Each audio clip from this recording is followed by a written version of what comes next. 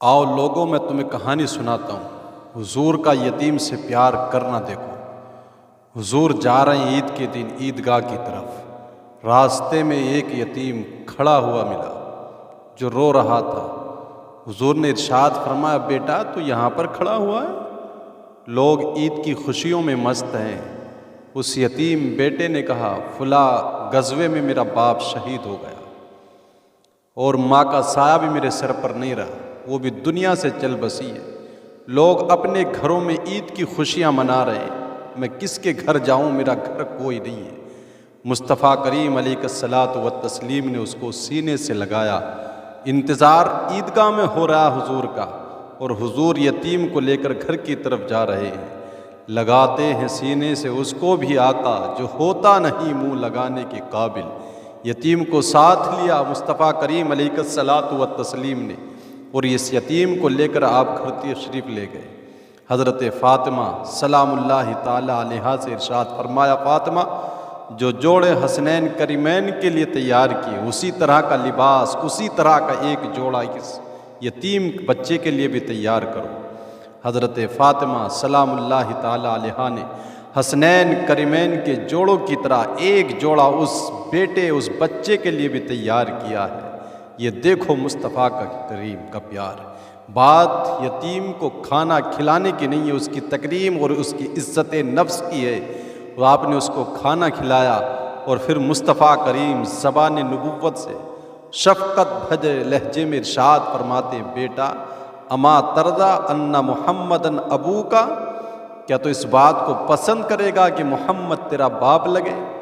وعائشۃ امک، اور عائشہ تیری ماں لگے؟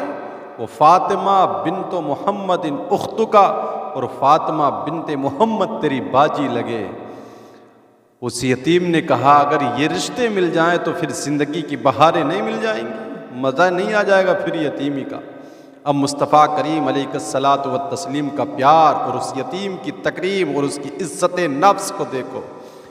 ایک انگلی سے حسنین کریمین کو پکڑے ہوئے ہیں، اور ایک انگلی سے اس یتیم کو لگائے ہوئے ہیں۔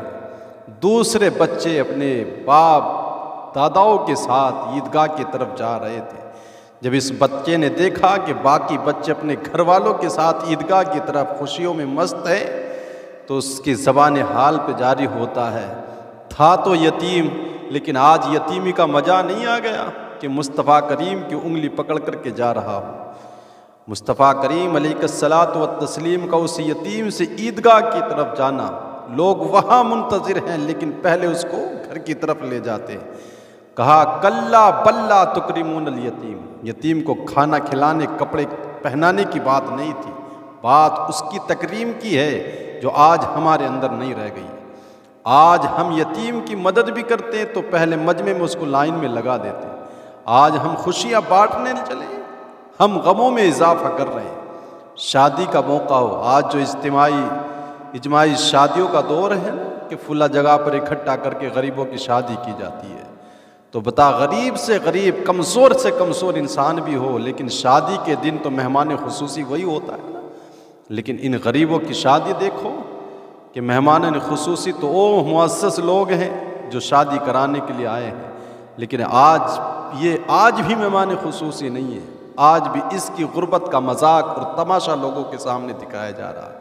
آج شادی سے کہیں بڑھ کر کے اور کون سا دن اس کے لیے خوشی کا زندگی میں ہو سکتا تھا، لیکن یہ آج بھی مہمان خصوصی نہیں ہے۔ آج بھی ان کی غربت کا تماشا لوگوں کو دکھایا جاتا ہے۔ تو تم خوشیاں بانٹنے نہیں نکلے ہو، تم تو ان کی غربت کا اشتہار لگانے کے لیے نکلے ہو۔ میرے مصطفیٰ کریم علیہ الصلاۃ والتسلیم نے تو یہاں تک ارشاد فرمایا ہے کہ اگر تیرا بچہ بچوں کے درمیان میں کھیل رہا ہو تو وہاں جا کر کے جب بیٹے کو پکارے تو بیٹا کہہ کر کے نہیں پکارنا۔ عرض کیا گیا، حضور بیٹا ہے میرا، اگر بیٹا کہہ کے پکاروں بھی تو اس میں حرج کیا ہے؟ تو میرے آقا کریم صلی اللہ تعالیٰ علیہ وسلم نے ارشاد فرمایا، حرج کی بات نہیں ہے، ہو سکتا ہے کہ جہاں تیرا بچہ ہے ان بچوں کے درمیان میں کوئی یتیم بچہ بھی کھیل رہا ہوگا، اور جب تو اپنے بچے کو بیٹا کہہ کر کے پکارے گا، اس یتیم کے دل کو ٹھیس پہنچے گی، کاش آج میرا باپ ہوتا اور وہ بھی مجھ کو بیٹا کہہ کے پکارتا۔ تو کہا، بات یتیم کو روٹی کپڑا دینے کی نہیں ہے، بات اس کی تکریم کرنے کی ہے۔ آج ہمارے اندر یتیم کی عزت اور تکریم باقی نہیں رہ گئی ہے۔ اس لیے خوشیوں کے موقع پر ہمیں ان غریب کمزور طبقے کے لوگوں کو بھی اپنے شانہ بشانہ خوشیوں میں شامل کرنے کی ضرورت ہے۔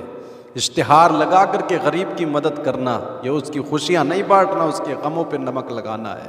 اگر مدد ہی کرنی ہے تو رات کی تاریکی میں جانا اور دیوار کے اوپر سے کسی یتیم، کسی بیوہ کے گھر کے اندر جس کی جوان بیٹیاں شادی کے لیے بیٹھی ہے نا، کچھ رقم ڈال کر کے آ جانا، تاکہ اسے پتہ بھی نہ لگے کہ کون پھینک کر کے گیا ہے۔ اور جب اس رقم سے وہ اپنی بیٹی کے ہاتھ پیلے کرنے کا انتظام کرے گا، اس بیٹی کو گھر سے ودا کرے گا نا، تو اس کے دل سے جو دعائیں نکلیں گی پھر وہ عرش تک جا کر کے ٹھہریں گی، ان کی قبولیت میں کوئی شک نہیں ہوگا۔ اور پھر جب وہ دعا کرے گا نا ہاتھوں کو اٹھا کر کے مالک، تو اس کو بھلائی عطا فرما، جس نے میرے اوپر کرم فرمایا، تو پھر عرش کا رب تیرے اوپر اپنی رحمت نازل فرمائے گا۔